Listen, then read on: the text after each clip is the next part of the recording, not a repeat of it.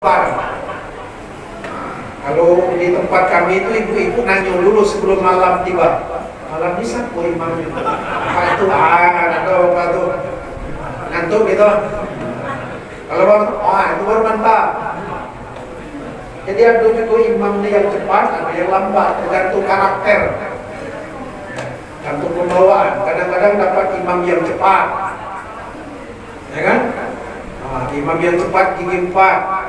Allahu Akbar. Bismillahirrahmanirrahim. Alhamdulillahirabbil alamin arrahmanirrahim. Allahu Akbar. Allahu Akbar. Allahu Akbar. Allahu Akbar. Allahu Akbar. Assalamualaikum. Assalamualaikum. Selesai. Itu tengok di YouTube. Ada di YouTube orang sembahyang tarawih di Jawa itu cuman berapa menit selesai 20 rakaat. Ya kan? Baca Fatihah satu nama Allah. Amin. Itu dia. Walaupun amin. Allah Akbar. Allah Akbar. Masya Allah.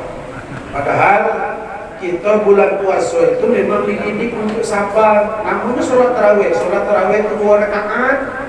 Setelah dulu, minum-minum dulu. Cuman karena kita tidak ada minuman, ketika itu diganti dengan selawat. Allahumma sholli ala sayyidina Muhammad. Itu sebenarnya istirahat, bapak-bapak. Tarawih itu kan,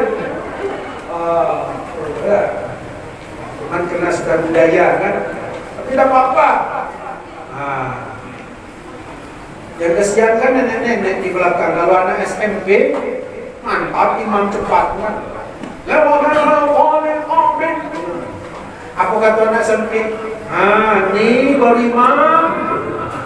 Teringat kita sholat kerja. Iya, tapi nenek-nenek di belakang yang masa kurang. Allah, Allah. Belum sempat rukuk, imam dah sujud, dah tegak pula. Pontang panting, kamu. Nah, kalau yang kena penyakit bengek, nah sudah. Allah, mati. Masya Allah. Ya, sebenarnya imam itu harus melihat ke belakang juga ya, supaya lihat dulu, perhatikan makmumnya. Kalau nanti ada makmum yang kurang sehat gitu kan, jadi agak pelankan sedikit gitu kan. Jangan main tancap gas terus kan, sekali-kali pelan. Cuman jangan keterlaluan pula. Imam lah sesak nafas juga kan. Bismillahirrahmanirrahim. 20 rakaat, nah sudah. Ada pula imam yang pelaku pula, mentang-mentang juara 1. Allahu Akbar. Bismillahirrahmanirrahim. Alhamdulillahi Rabbil Alamin. Apa kata anak ujang yang di belakang sampai subuh gitu. Sahur. Iya. Tanggung-tanggung sholat tarawih 20 rakaat berlanjut pula ada. Sampai ke ujung walau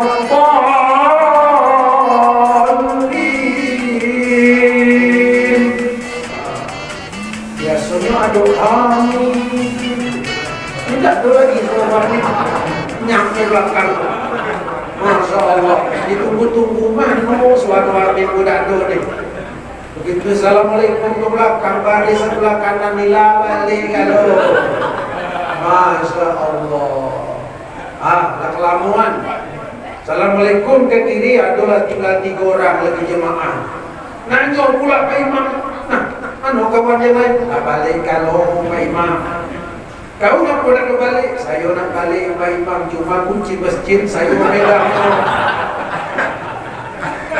Masya Allah. Kalau tak ada saya megang kunci Pak Imam duluan, saya meloncat keluar. Masya Allah. Itu bapak-bapak. Jadi ibadah puasa dalam bulan Ramadan itu mendidik kita jadi orang yang sabar. Wa'mur ahlaka bis-shalah wastabir 'alaiha. Ajak keluargamu sholat, tapi bersabar dalam sabar.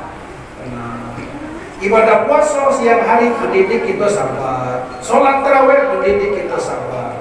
supaya jangan cepat emosi. Nah, orang yang bertakwa sehabis Ramadan dia terdidik menjadi orang yang sabar, tidak mudah terpancing. Enak ya? Jangan cepat marah. Ya Bu ya? Bu, Bu, jangan mudah marah. Ini kadang-kadang marah, bapak-bapak juga gitu. Jangan cepat marah, sabar. Sayangi istri gitu. Enak. Orang yang bertakwa itu dia menyayangi siapa yang dekat dengan dia saya. Terutama istri Pak. Sayang. Ibu, kira-kira ibu sayang dengan suami Bu? Sayang Pak. Walaupun jauh bunyi sayang. Kalau bapak sayang Pak? Sayang. Kalau sayang, ibu gitu Bu. Jagalah suami, jangan kau hianati. Murkanya suami, murkanya ilahi. Betul Bu ya? Bila suami kawin lagi, ibu-ibu tak usah sedih, walaupun ditinggal pergi, ibu ikhlaskan hati. Mau Bu? Itu sayang kan? Sayang dengan suami, sayang suami ya. Ayo, gurau kan Bu ya. Kalau bapak sayang sini Pak, sayang. Siapa yang ada sayang? Ibu yang memasakkan untuk kita Pak. Dia cucikan baju gitu, dia urus anak gitu. Semestinya kita sayang kepada dia. Maka itu aku kata Agit, jagalah istri, jangan kau sakiti. Senyumnya istri, senyumnya bidadari. Gitu Pak. Hah? Bila istri marah-marah, bapak-bapak tak usah gunda, kasih duit warna merah, ibu akan senyum indah. Setuju Bu? Setuju kata dia. Warna merah Bu ya? Jadi bapak-bapak hadirin sekalian, kita sudah puasa jangan mulai tegang-tegangnya, ada tenang-tenang, kan? Sabar, nikmati saja, bapak-bapak. Tapi tetap kita menjaga prokes gitu, yang pakai tetap pakai masker, nanti kita disorot pula, tetap cuci tangan gitu kan. Maklumlah kita sedang masa COVID, Baik, bapak hadirin sekalian.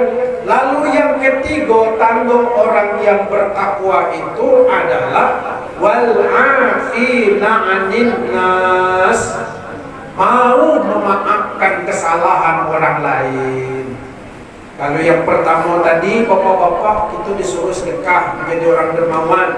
Yang kedua kita disuruh agar jangan cepat marah. Nah yang ketiga kita disuruh mau memaafkan kesalahan orang lain. Bapak-bapak, ibu-ibu hadirin sekalian yang dirahmati Allah. Manusia ini tidak ada manusia yang suci di atas dunia ini, betul tidak? Tidak ada yang suci kecuali Nabi. Setiap kita punya dosa. Baik itu dosa itu banyak atau dikit, pasti punya dosa. Jangankan orang masyarakat awam, ustadz, kiai pun punya dosa.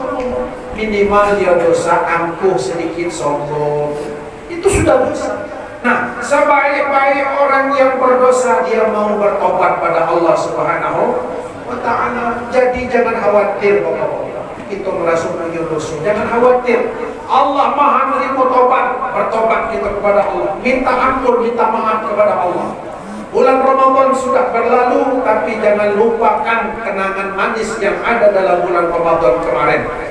Jangan lupa bekas-bekas Ramadan itu.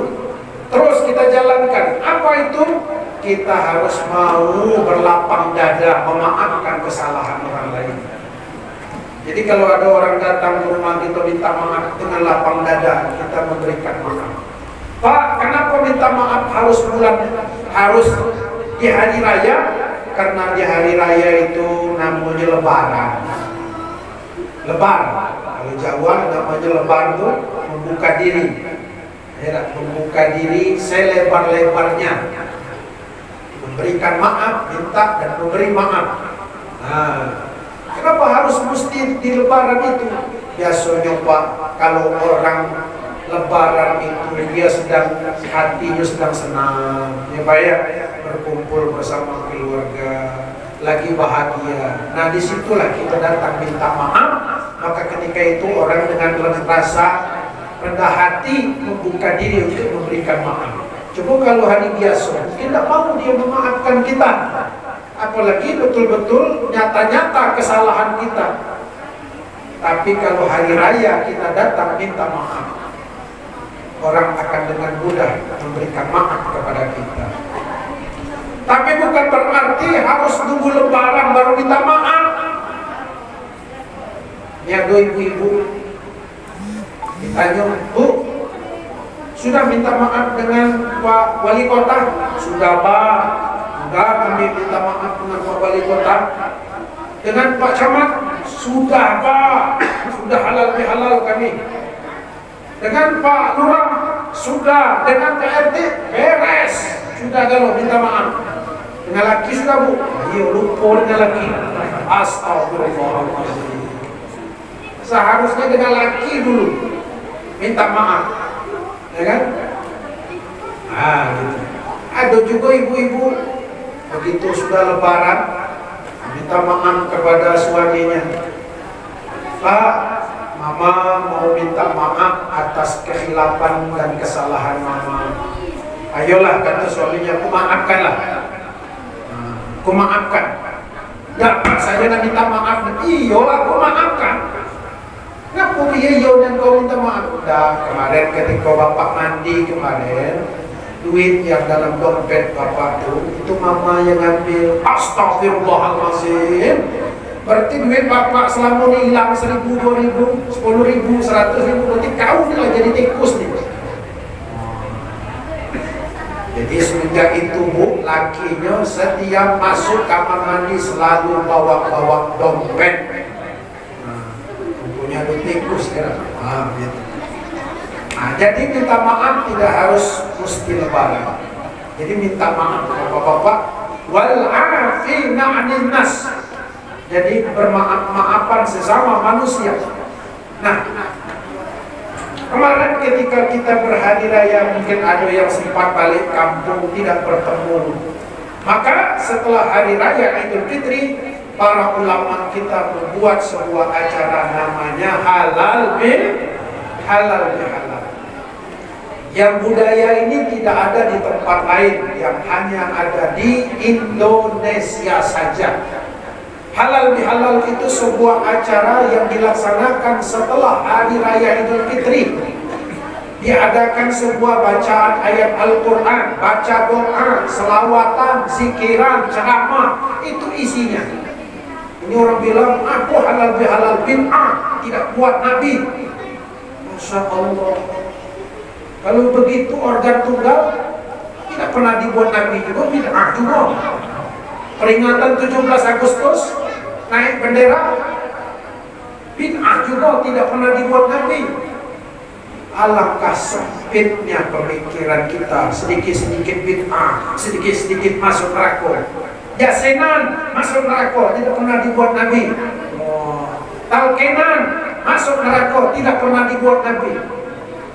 Jadi kepuling-kepulingnya neraka. Bapak juga yang punya surga.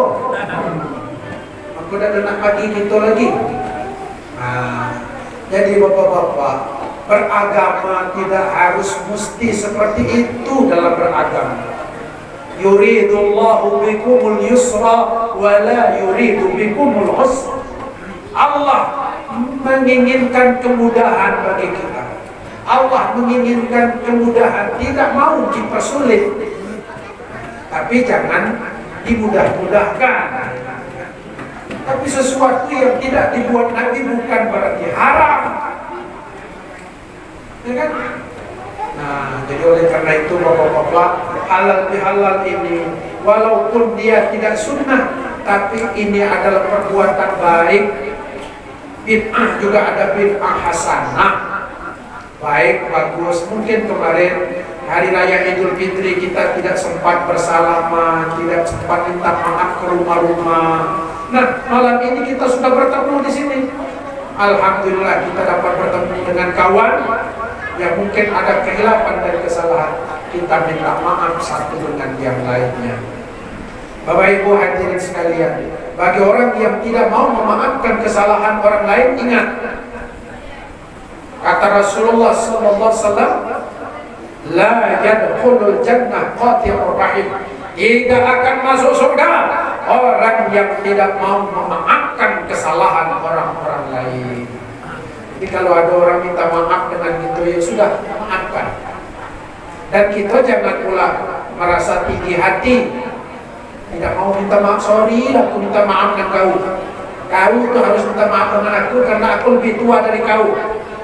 Itu tidak boleh, itu sombong namanya. Ya sudah, kalau dia tidak mau minta maaf, kita yang minta maaf. Tidak apa-apa. Nabi itu yang dilakukan oleh Rasulullah Sallallahu Alaihi Wasallam. Mau dengan ikhlas hati meminta maaf kepada orang lain. Bapak Ibu hadirin sekalian, rasanya cukup sekian dulu ya. Mudah-mudahan melalui acara halal bihalal ini kita mau membuka diri kita, mau meminta dan menerima maaf. Mungkin barangkali hubungan kita selama ini sesama warga, mungkin ada hubungan yang tersumbat, kan? Maka marilah kita lancarkan hubungan itu. Marilah kita bersilaturahim. Marilah kita cairkan hubungan kita ini. Mudah-mudahan Allah turunkan barokah dari langit. Lau anna ahlal qura amanu wattaqaw lafatahna alaihim barakatin minas samai wal ardh. Andai saja penduduk suatu daerah, suatu kampung beriman bertakwa kepada Allah, maka Allah akan bukakan pintu barokah baik dari langit maupun dari bumi. Amin ya rabbal alamin. Demikian yang dapat saya sampaikan. Marilah kita sudahi dengan sama-sama berdoa kepada Allah Subhanahu wa taala. A'udzubillahi minasyaitonir rajim. Bismillahirrahmanirrahim. Alhamdulillahi rabbil alamin.